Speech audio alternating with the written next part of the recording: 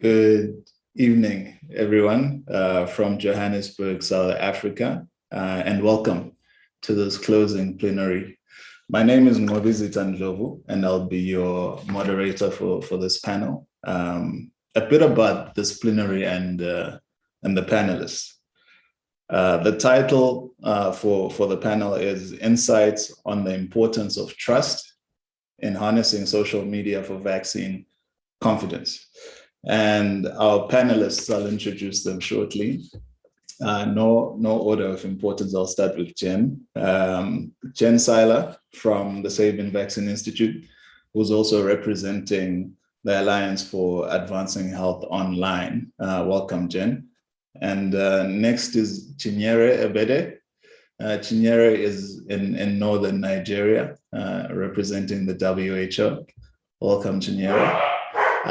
And Estelle Willie, who's with the Rockefeller Foundation. And finally, Andy Patterson. Andy's at HQ, WHO in the US. So welcome to our panelists. And we'll jump right in, and I'll start with you, Jen. Jen, why is building trust important in vaccine confidence? Let's start there. Well, it's wonderful to be here. Thank you, Ngok. And as Ngok shared, I'm here representing Sabin, as well as the Alliance for the Advancement of Health Online, or AHO. I would love to give you, and just to start with sharing a bit of background on AHO, which is led by Merck & Co. as well as Facebook, and supported by several other partners, including ourselves at Sabin and the Boost community, as well as the Bay Area Global Health Alliance, CDC Foundation, and the World Bank. There are more, but it would take me another 5 minutes to list them all, so I'll stop there. The AHO's mission as a community is to really bring actors from the technology, health, global development, and academic sectors to advance our global understanding of how social media and online engagement can best be utilized to understand and increase health and resiliency of communities globally. In particular, the real impetus for this alliance and for this work was, how do we help define and provide the tools and resources to drive effective communications online so we can activate positive offline health behaviors. This fall, the Vaccine Confidence Fund, which is an initiative of AHO, also selected 33 organizations from, I believe, just at the count, 21 countries to receive grants focused on accelerating research insights in vaccine acceptance and demand. And there will be many events coming up in the near term I'll share more about through our insightsdialogue.org platform, featuring some of these 33 researchers as we move into 2022. So for insightsdialogue.org, which we just launched last month, it's also an initiative of AHO, and on this platform, we share research insights, evidence, and how-tos of really utilizing social media to drive vaccine acceptance and demand through curated resources, live events, and podcasts. Right now, we have over 50 cases, articles, and tools featured on the site. There's lots to dig through on there and a lot of valuable information. And we also have, I have to just mention this one last thing, our second event in our series happening tomorrow, December 9th at 8 a.m. Eastern time. I think we'll throw the information also in the chat, which is going to highlight communication and global health experts who will share their experiences in developing persuasive social media messaging to address vaccine acceptance. So more to share on this, but I kind of wanted to highlight this big effort that's happening, which really sits around this complex area of trust, what trust looks like, what vaccine acceptance and demand challenges we are facing today, and how trust is really changing. We've actually recently, through our Boost community at Sabin, which is, for those that are not familiar, about a community of around 2,000 immunization professionals worldwide from 133 countries. And vaccine acceptance and demand challenges are the most common issue that's brought up in conversations and programming through Boost. And we see it as one of the biggest challenges for so many reasons, but also because it's not just technical, it's an adaptive challenge, a challenge that doesn't have just one answer. It leaves us in that gray space. And so the term trust is, I think I hear the word trust in every conversation I've had with Boost members in the last year. And building trust within communities has really never been more challenging and complicated. I'll share just a couple of quick examples around kind of what we've heard from community members. And then I'm also really excited that we have Chineri with us today, also speaking on the panel, a Boost member from Nigeria. But we recently had a conversation with the lead EPI, or expanded program and immunization manager from Bangladesh.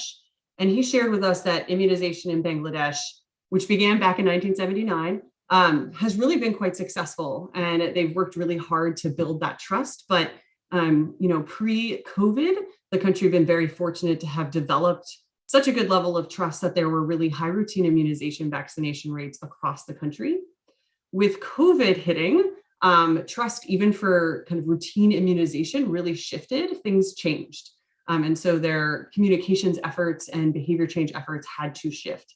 A lot of routine immunization was happening in the household, and folks were nervous about people coming in that could potentially have COVID. And so he worked with a lot of his staff members on the ground through social media campaigns and door-to-door campaigns to help share messaging about how to protect yourself from COVID-19, but then also how you could still accept routine vaccinations and how important that still was.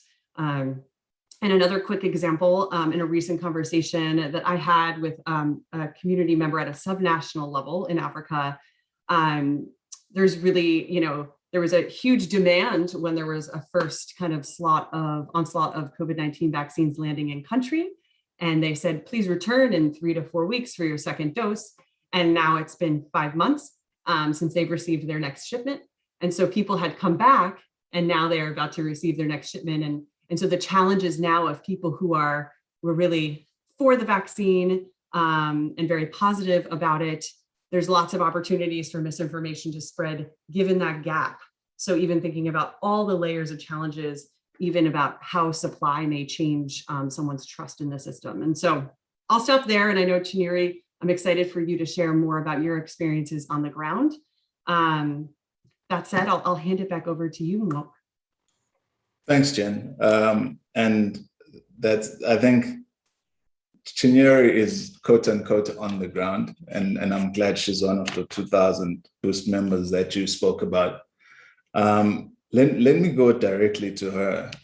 Chineri, what challenges have you seen or faced in building trust in your community in northern Nigeria? What does that look like?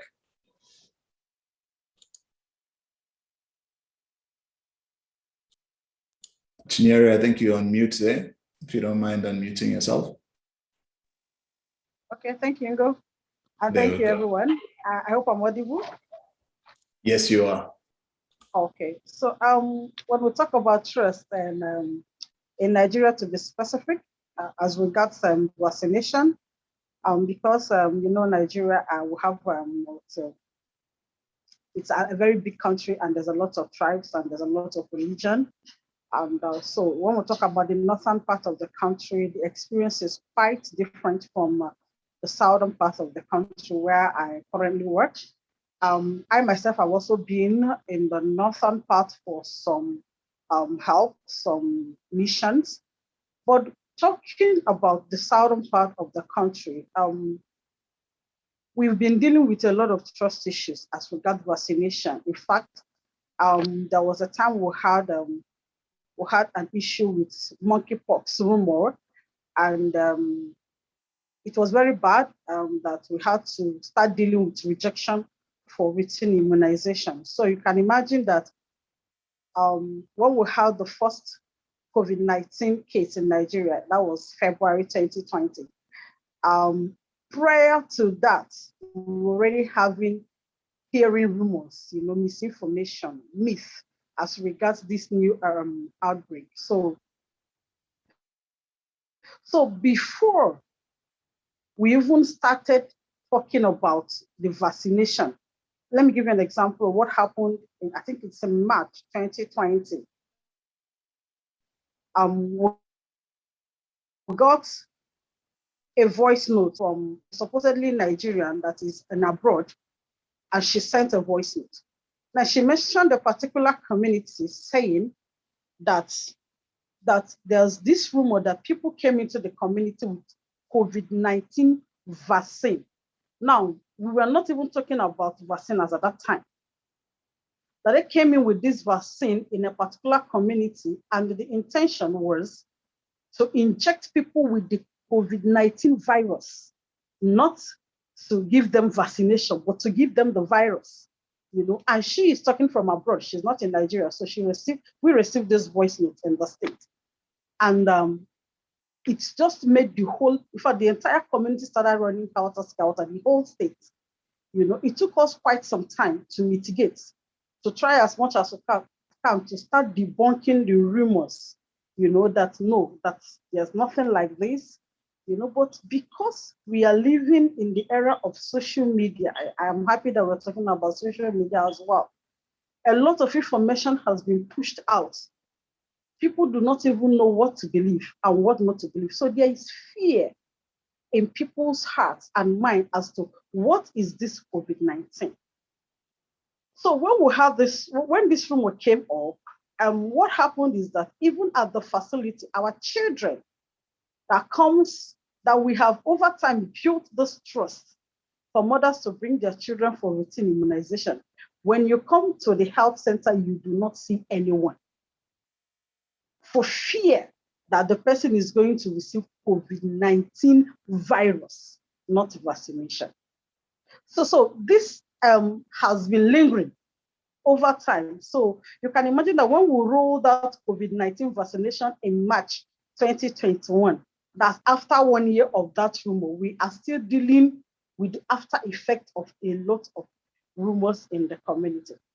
I give you, for example, currently in the state, we are battling an outbreak.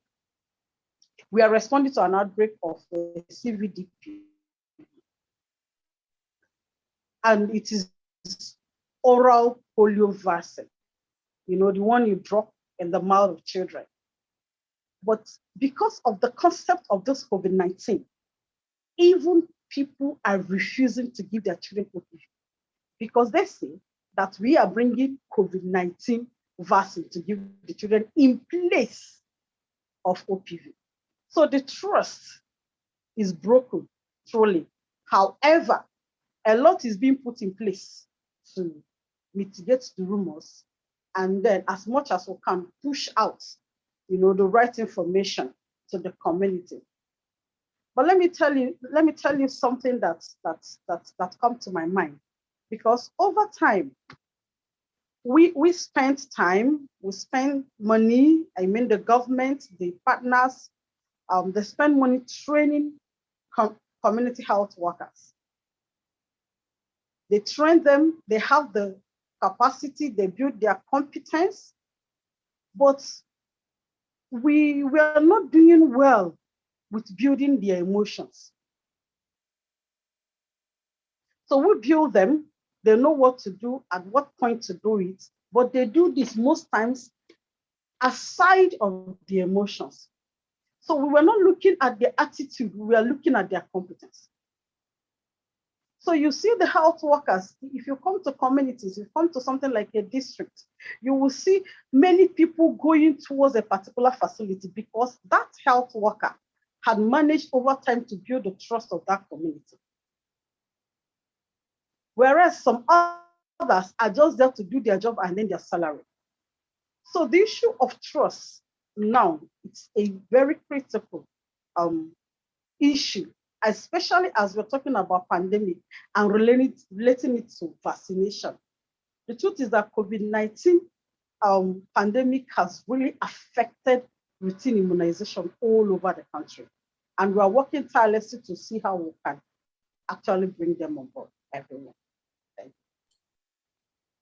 Thank you, Chinyere. There's a lot to unpack there. And I want to pull in Estelle into the conversation. I know some of these issues that Chinyere is raising, you've heard. And the Rockefeller Foundation recently made a significant investment into combating myths or disinformation, which is how it's termed in public health with the new Mercury Project. Can you tell us a bit about why this initiative, the Mercury Project, and why now? Yeah, absolutely. Thanks so much for having me. It's great to be here. You know, the genesis of the Mercury Project really came about in the beginning of the pandemic, when it really underscored a core belief that I have, that access to information is a social determinant of health. You know, people need to get accurate and timely information to make informed decisions to protect themselves and their loved ones. And what we saw in the pandemic is we're essentially living in an information war, and public health organizations and their allies are losing with devastating consequences. This mis and disinformation has cost us lives. And with that, I was digging into this issue because at the end of the day, public health is all about behavior change, and you're trying to get someone to take an action and to change their behavior. And it's usually behavior that they might not necessarily want to do. For example, wear a mask or get an icky shot, or there's a whole host of other things that we've been asking people to do. And with the scale and speed of information that's spreading both online and then impacting offline communications, we realize that we just hardly know anything about what it's truly costing our society, how behavior has changed with new technology, and how we're able to ultimately counter this inaccurate and harmful information globally. And when we were looking at potential solutions, the biggest need, of course, is a strong public health communications infrastructure. That's the cornerstone of a global health response system that's ready to really take on the threats of this pandemic or the next pandemic. And so we decided that we were going to start at the root of the problem, really invest in this project, which is now called the Mercury Project through Social Science Research Center, to really invest in the research to understand both what the true costs and harms of mis and disinformation are and its impact on society, and then also to in the field right now actively measure the impact of new tools and real-life interventions that really bring our public health defenses and policies up to speed. So this, of course, it's a 3-year, $10 million investment. Rockefeller's joined with the Robert Wood Johnson Foundation and Craig Newmark Philanthropies. And we're also working with the National Science Foundation and others, including the World Health Organization, on this. And what's really exciting is not only will we be supporting this research, but we're also going to bring the research community together to learn and work together on these issues. Because even very basic things like the methodology of how to even quantify certain things is just not there yet. So it's a very exciting time in this new field of infodemiology, and we're really, really excited to support it. Just a quick plug, the applications are now being accepted now through May on a rolling basis, and hopefully the link is in the chat for you all to take a look. But thank you. Thanks, Estelle. And the link will also be in the show notes, I'm sure, for those who are interested in following up on this opportunity. There's a lot that's been said, Estelle and Chinyere, around this renegotiation of trust, and that's a different kind of way to come at this rather than just persuasion and education. And our resident researcher here is Andy, so I want to bring Andy in. From your perspective at HQ at WHO, what what have you seen work? What hasn't worked, and what has worked? No one ever learns from success. We hear. So what hasn't worked, and what can we learn from it? But what has also worked? Andy? Thank you so much. An excellent question, and would just like to say I'm hugely proud and humbled to be on this esteemed panel today. I'd like to start with a small quote from Charles Dickens. You know, it was the best of times and it was the worst of times. And that quote comes from his book, A Tale of Two Cities. And that's very much what we've seen during this pandemic, right? We've seen the best of humanity, people stepping up, and the very worst of humanity. Today's social media age provides the ideal kindling for misinformation and distrust to be spread throughout populations in every single corner of the world. We're more connected now than we ever have been as an organization, as a species. But I would like to focus on what really has worked very well, and then touch about some of the research work that we hope to do for our digital health interventions. So basically what the message I want you guys to take away today is, for me, partnerships have been key to everything that we've done. We're very fortunate that the tech industry and the social media platforms have been incredibly supportive to public health, not only to WHO, but to ministries of health and some of our partners. They've also been hugely generous with funding, just giving donations last year to the Solidarity Fund, the COVID Solidarity Fund, this year to the COVAX Fund, to get vaccines into countries and into the arms of populations who can't afford it or don't have access. Huge work. And I think the latest variant of concern has shown us that no one is safe until everyone is safe. So we really have to invest as a society in that ability to vaccinate everybody and not just think about what's happening on our own doorsteps. WHO's work rests on three different pillars of work. The first one is that we raise good content, and that's what we've tried to do with our partnerships. And I'll give you some examples of that in a minute. The second pillar is that we fight misinformation. That may be an individual post, an individual person, misinformation on a platform. But what I will tell you about today is a small project we have, which has massive impact with regards to working with policies and safety teams with social media companies. And our third pillar is to gain user insights, because without those insights, what do we know what people are looking for? We need to provide content to what people are asking for, what they're thirsty for, so that we can feed them that content to them. I'm going to mention just a couple of projects. My team's launched over 120 projects in the last 21 months, all with the tech industry. I can't possibly mention them all today, but I'm just going to mention 2 or 3 just to show the impact and what has really worked with these partnerships. One of our biggest and most successful partnerships has been with Google Alphabet across the whole organization. What we've been able to do with Google Search and Google Ads, I think, is revolutionary. And today I just want to tell you a little bit about what we do with Google Search. If you go to Google and you type in COVID or coronavirus or any 30 related terms in 80+ languages, what you get is not just a usual search SEO ranked results page. What you do get is an organized search results panel. What we're trying to do here is to promote the correct content which is relevant on a global level, like the symptoms of COVID-19, and things about the disease, which is relevant to everybody, but also provide a very local approach to what's important to you where you're sitting geographically. So if you're in the United States, you'll get CDC. I'm based here outside the headquarters in Switzerland. I will get the Swiss Ministry of Health information.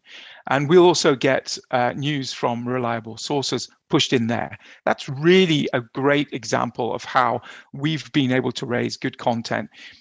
You can imagine the hundreds of millions of users who are searching this every single day and are getting this content in the Google ecosystem and then being pushed to credible sources of information. Another project which has been really well done is what we're trying to do is reach people where they are in their digital journeys rather than drag them into WHO chat channels and WHO website. We're saying, let's go and meet people where they are. And I think this has been a really successful approach. And what we've done, for example, with the Facebook Information Center is reach the 2.2 billion people who are on Facebook regularly with content which will appear in their feeds. And if there is a mention of COVID or coronavirus, it will lead the user into this COVID information center where WHO, our partners, and ministries of health are servicing credible, verified, peer-reviewed content and information so that people can live healthier lives.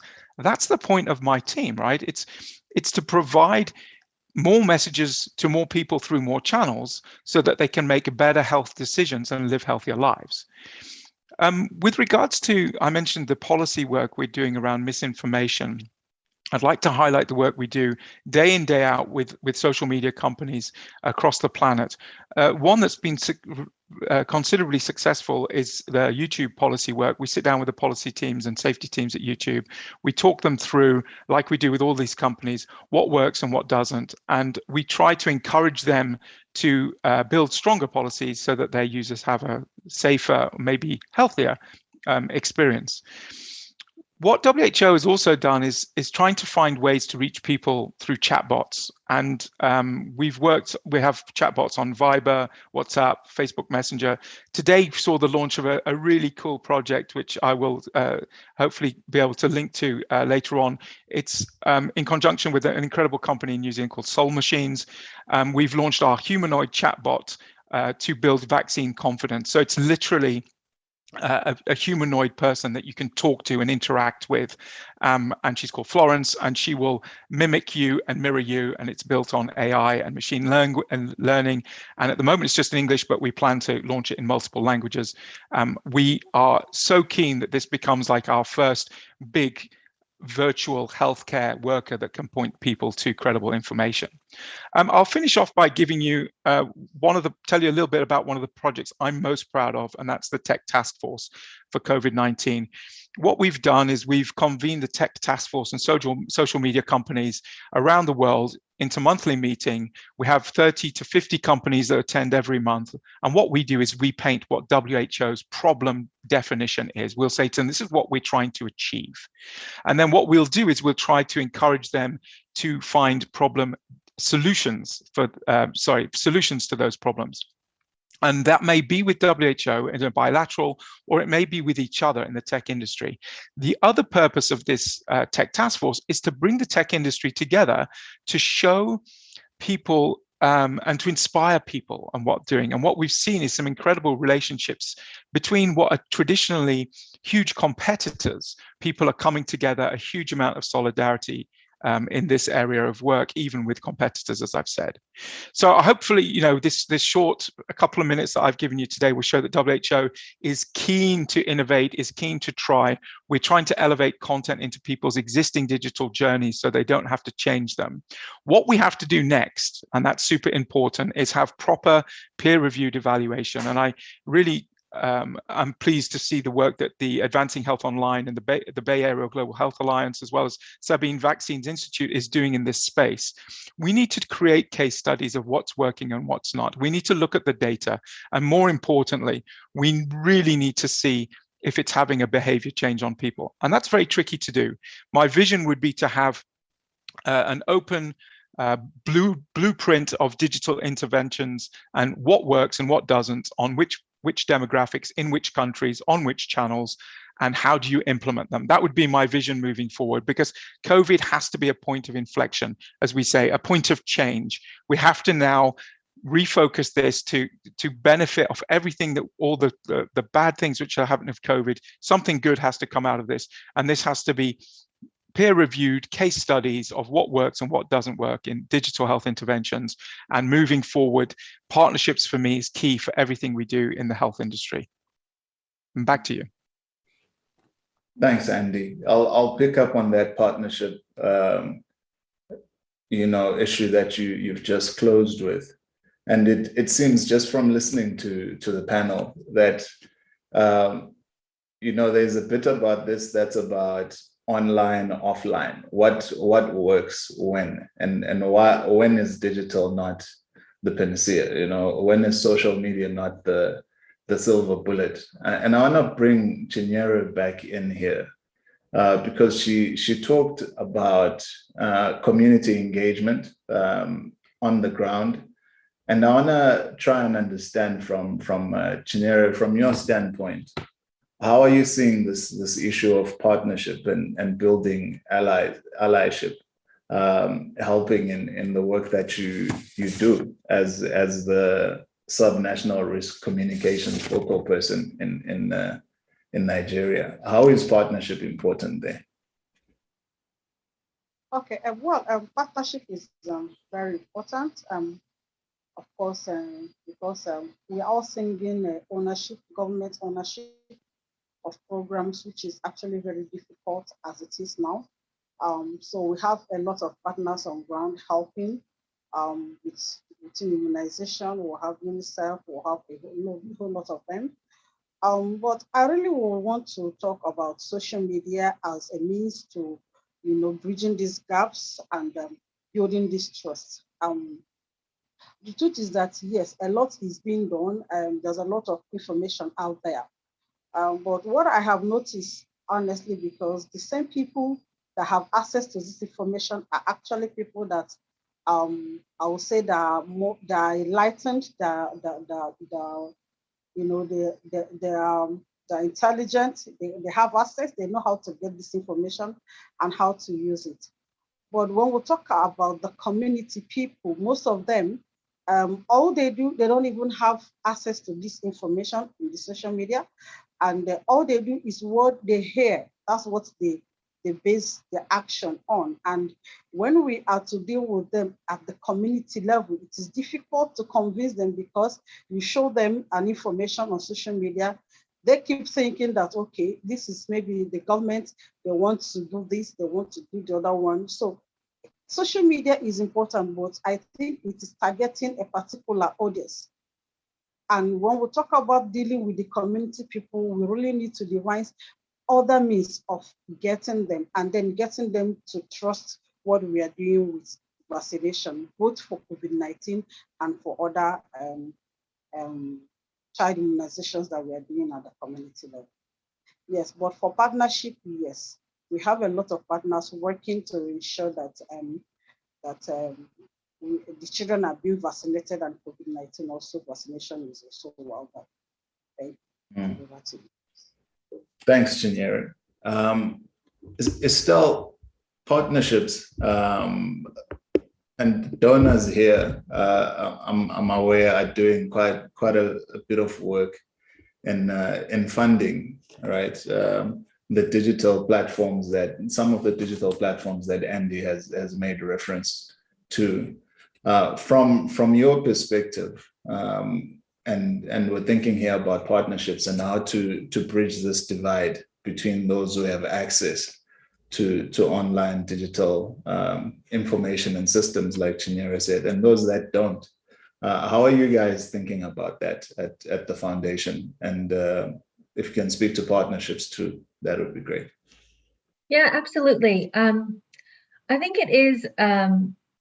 It's really important to think about both the offline and the online. And there's just so many communities that aren't being reached through digital communications that we need to be really cognizant of and need to use, our old school boots on the ground approaches that have worked in past outbreaks and other public health crises. Those need to be funded and those need to be supported. Just as we are also learning about new tools, new approaches through our digital communications channels as well. For us, I think partnerships has been one of the most important things. Everyone is in different sectors, right? And we all talk about things in very different ways. And people within, what was really interesting in my conversations initially at the start of the pandemic, everyone was talking about the issue and potential solutions in different ways. And it felt like we were all talking at each other and not quite understanding what each person was bringing to the table. So I think bringing everyone to the table and understanding where each organization plays a role is really important. And what people can bring. The other interesting thing from a funder's perspective is it may not necessarily be money that is needed here when you're working with big tech companies. It's actually our relationships for the past 100 years at the Rockefeller Foundation, really connecting the social media companies, the tech companies, with the health practitioners that are on the ground doing the work, so we can really understand what those unmet needs are. For example, in the United States, we are working on this pilot program called the Equity First Vaccination Initiative. And what we were seeing here is that there is deliberate disinformation that's targeting communities of color and further perpetuating health inequities. So, for example, we were seeing, like in Oakland, African American communities were specifically targeted about disinformation that really focused in on the historic mistrust in the healthcare system. And in Houston, Texas, migrant communities were targeted on WhatsApp with narratives about they will deport you that really stoked fear among already disenfranchised people. And interestingly, in Newark, New Jersey, anti-vaxxers were targeting, a very specific Christian Spanish-speaking community, asking them to choose between trusting God or trusting the vaccine, which is a false equivalence, but still makes people question the vaccine. These are just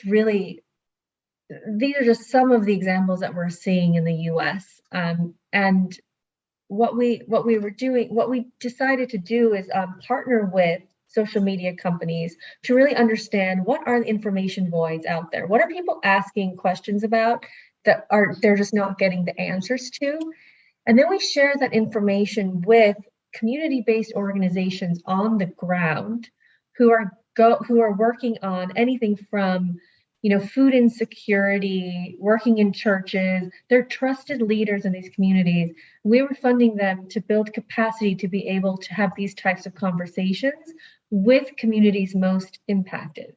So it was taking insights from social media companies, translating them into communications assets in rapidly, so that they would be able to feel confident having these types of conversations in person.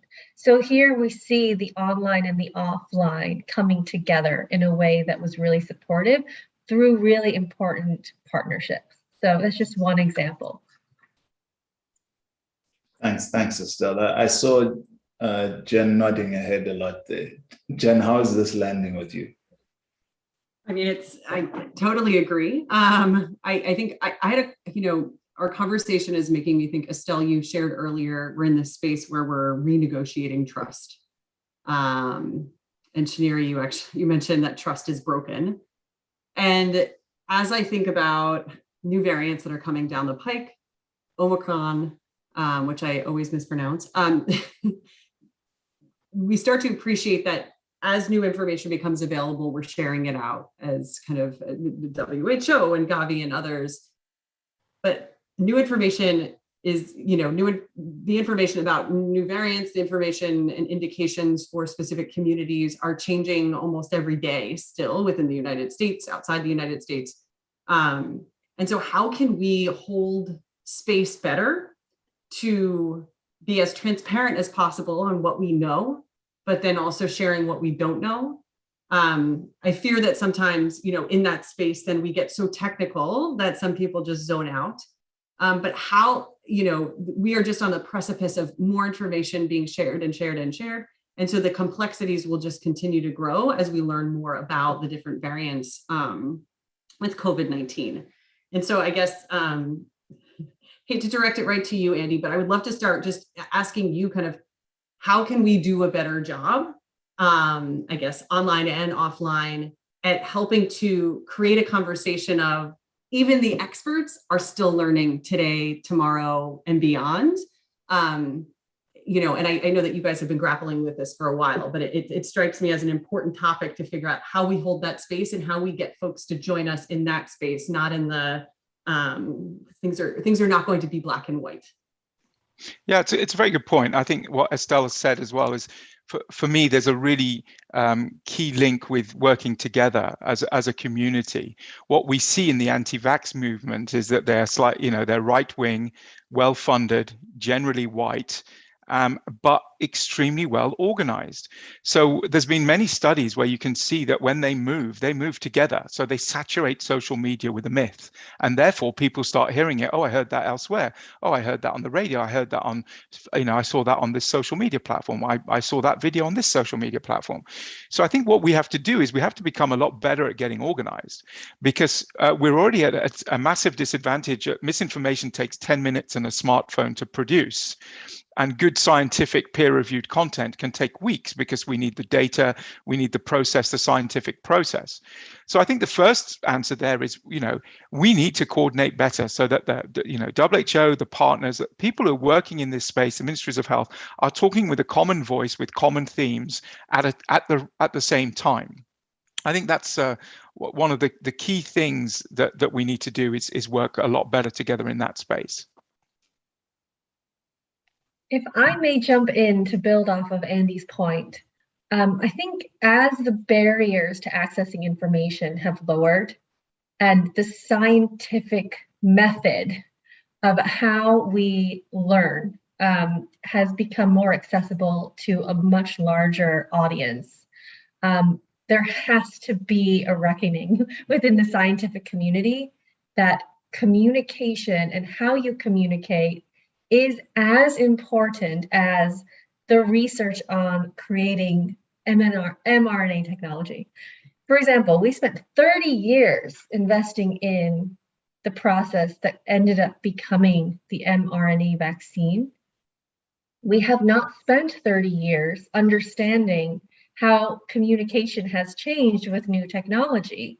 And we're using old models and methods that we've learned through tobacco cessation or smallpox vaccination drives. I mean, it's really old school approaches, and I'm not knocking old school approaches, because they're still valid and necessary, but they need to be improved on, just like how our science and research has been improving and we're learning. I think if there's one thing that we can learn from the COVID-19 pandemic, is that communications can no longer be the ugly stepchild of an outbreak investigation. It is always the last thing that people think about, and the first thing that gets blamed for any issue. And if I could wave a magic wand, we would have scientists who are trained up on how to communicate in this new information environment. We would, as Andy said, be all singing from the same songbook when an outbreak occurs. We would have a media environment that doesn't have to depend on clicks for engagement and monetary value, so that they're in a different type of economic structure, that they're not speculating and helping fuel this fire. And in that way, we're always going to have mis and disinformation. That's a known thing. And we've always seen it, even before social media. And it's going to be here even after I die, and new technology comes on board. But if we're able to be more coordinated and really focus in on new ways and understanding through these, case studies and research and whatnot, and people start caring about the importance and understanding the importance of communication, I think we'll be in a much better place. Mm. When you find that magic wand, Estelle, send it this way too. We need it. And it's a very difficult challenge, yeah. isn't it? Because what we're trying to do is summarize, 15 pages of health information on a variant into what people want to consume, which is a 4-second soundbite, right? And some politicians have done this very well by just making a comment out there and letting people speculate on what they mean.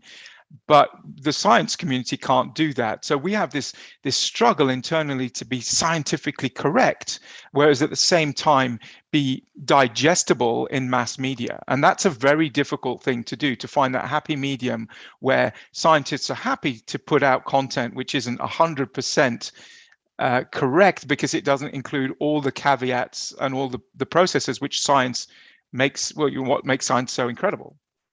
Mm. And that actually means that there needs to be trust built in with the scientists and the communication staff, even internally. Because, the review process, it goes at the speed of trust, I would say. Having worked in, public health organizations, and Andy knows probably firsthand just how long it can take to release information, just because of the amount of reviews. So I think that's also a really important point. Mm. Thanks to you both. We have to shift gears a bit here and bring in the audience. I saw there are already a few questions that the audience wants to ask you guys. But before we do, as I wrap up this session, I just want to pose this question to all of you. What do you feel will be the key challenges ahead, especially in the upcoming months as the Omicron variant looms? And I speak here sitting in South Africa. We can't travel anywhere because of this thing. So what other challenges are you seeing in the next couple of months? I'll start with you, Andy, and then go to Chinyere. So I'm not looking just the next couple of months. I'm looking in the future of public health online and making a difference and moving, public health forward. I think the biggest challenge is going to be, from my point of view, keeping the tech and social media companies engaged once we have defeated COVID, and we will, right? We will defeat COVID. But I think what we need to do is 2 years ago, almost to the day, I was in the social media offices of a large social media company, asking them to talk about misinformation about measles and vaccines and the deaths that they were causing in the Samoa Islands. Because it was happening the other side of the planet, and to quote small populations, it was very hard to get any traction. COVID is coming to a town near you. That was kind of the message that the tech industry stepped up. And my biggest challenge, I think, is keeping them engaged to the level that they're engaged with now, where they have senior people who are committing huge teams and resources to make change. And my biggest fear is that as things go well in some countries and start to go better, that engagement that I'm seeing will wane. I'll have less important people with less pulling power to have less impact. And that would be a real shame for me to see that, the impact on public health, just because it's not happening to you and your family. We have to think of a global community. Back to you. We've seen... Can I quickly just add to Andy's point? Go ahead, Jen. Sorry. Andy, I think that's exactly right. And I'd also say the more that we can share insights from really at, the subnational levels in communities. So looking at the county, the state, the district, the facility level of what the challenges folks are grappling with, and bring those back up to some of these folks in the large tech companies who are helping to develop and adapt tools. I think that's extremely useful as well. We've seen a lot of the crosstalk that happens being with national folks or regional folks who are aggregating thoughts and ideas, but some of the challenges that are hardest to really impact are at of course the very, very local level. So also kind of advocating for the need for this communication to happen with the top level folks who are shaping some of these tools, all the way down to the folks that are sitting at a facility level, to ensure that we're really understanding what the challenges are and how we can solve for those. Chinyere, I want to come to you and go straight into the Q&As. There's a great question here from Emily from Viamo. Emily asks, how are you meeting diverse digital needs, particularly in low, middle income countries that use social media very differently and internet access may be limited, especially in communities where vaccine hesitancy is still strong? Chinyere, can you respond to that? How are you meeting there's needs of folks who might not be on digital platforms and have internet access.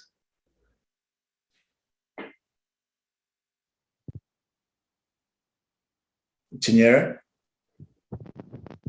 Can you hear me, Ingo? Can you hear me? Am I audible? Yes. Okay. So, of course, when we don't have social media, there's always a way to communicate. And of late, recently we have started engaging communities at their level. At the local level, we have tried the local means of communication. Like the last time we used, the people were called community engagers. We also call them mobilizers. And we also call them town announcers. Their job is to inform. These people are designated town announcers at the community level. And these are people that over time has won the trust of their community people.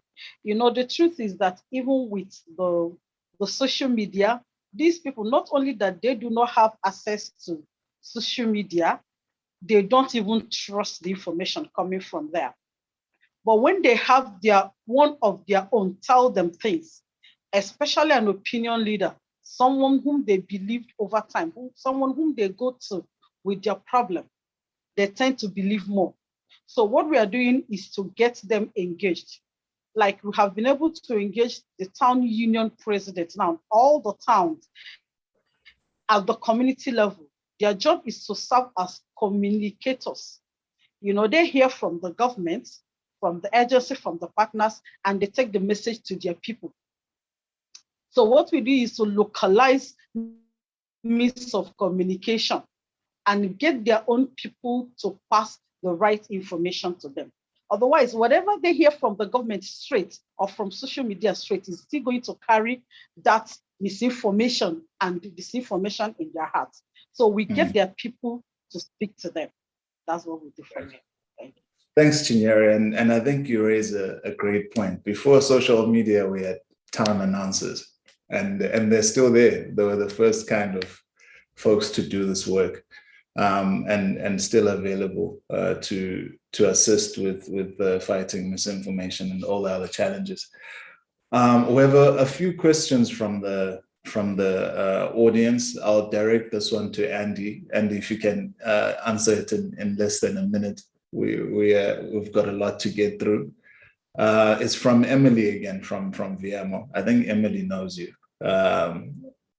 Coming with my public health and marketing and communications hat on, Emily says, regarding what Andy shared, it took a long time for these big tech companies to regulate public health misinformation regarding the current pandemic, and arguably played a big role in worsening the pandemic. How do we work with big tech and their motives? What do we need to do to get the social platforms on board to be public health advocates? Andy? Well, first of all, I'd like to say some social media companies reacted very quickly. YouTube put in place policies on misinformation around COVID in March and April 2020. So they moved very quickly. Others were much slower, and you're right, and a lot still have a long distance to go. What I would like to say is that a lot of the time they've built their products with profit in mind. Volume equals ads, ads equals profit. And I think what we have to do is show them the other side of the coin.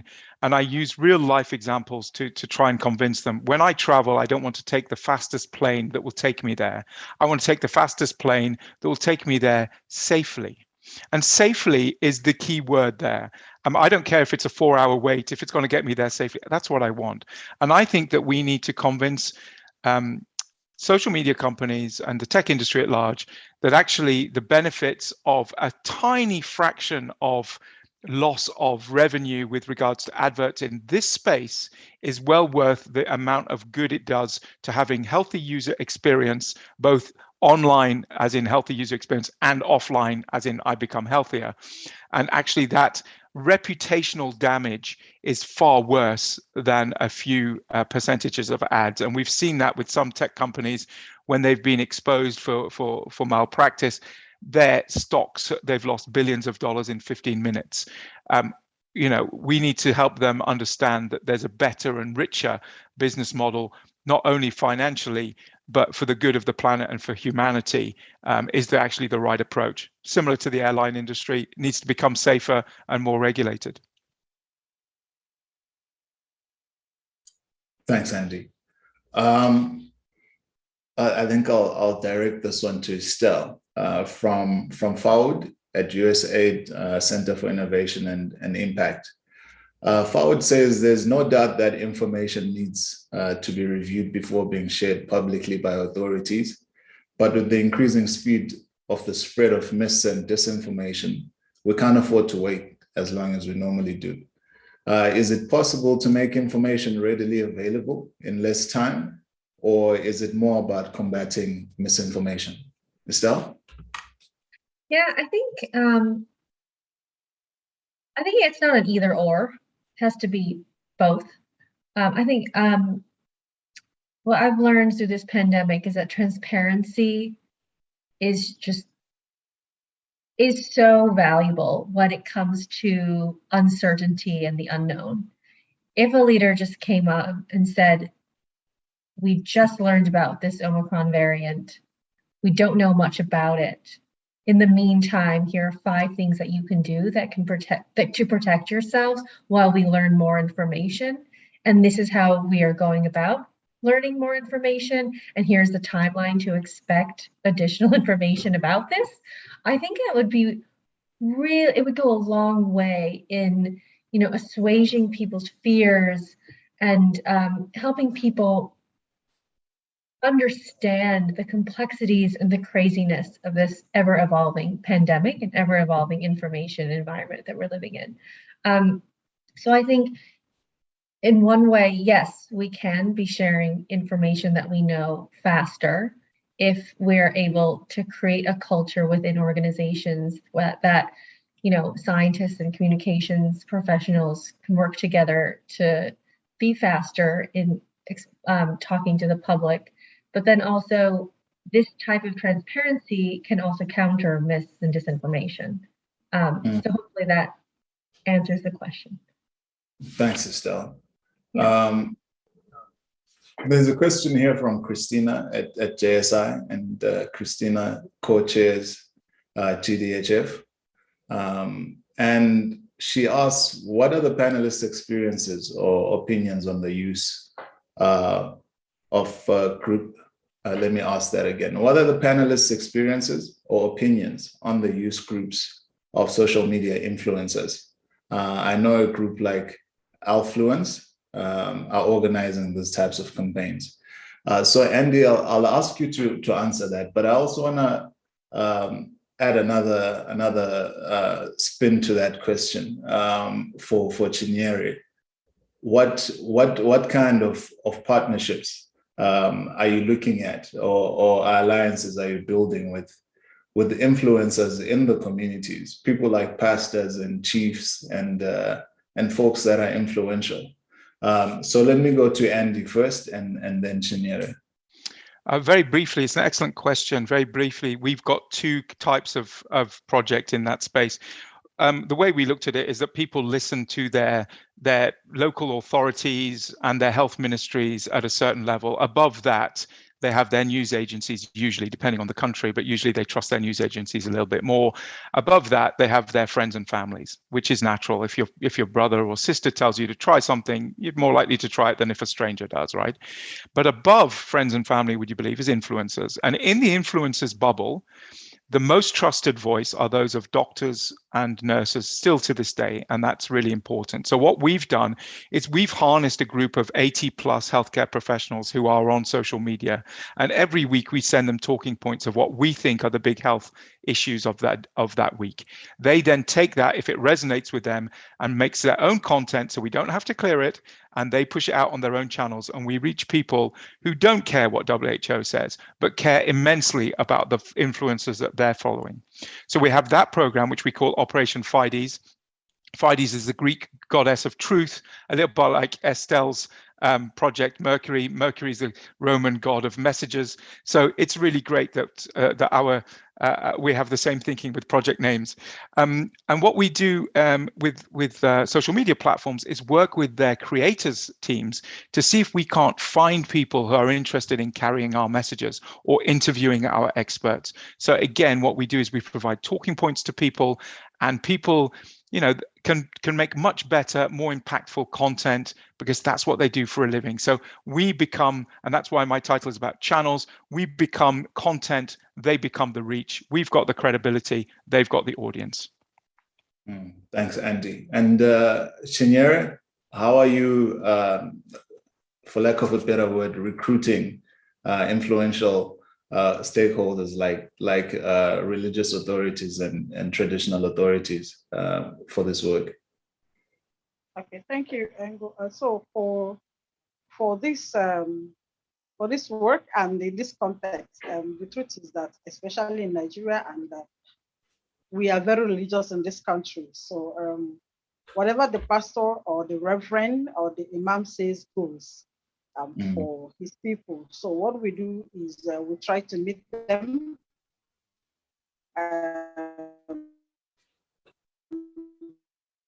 Oh, okay. We seem to have lost Chinyere.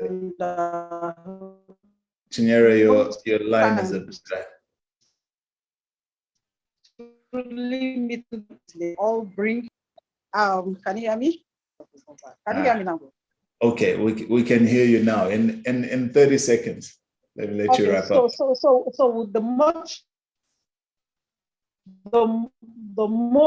the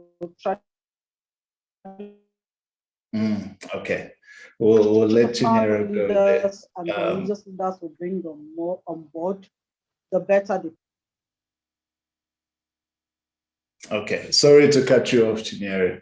We are almost at time, but I think what I'm hearing is this renegotiation of trust that all our panelists have talked about is something that is central to how we use social media in harnessing or trying to get vaccine confidence to where it needs to be. With that, I'd like to thank all the panelists for your time, and thank the audience as well for your engagement. There's some questions that we didn't get to. We'll ask our panelists maybe to respond to those and add them to the show notes if they're amenable to do that. So from all of us here, thank you so much for making time to have this conversation, and stay safe. Thank you so much, everybody. Really interesting discussion. Thank you, everyone.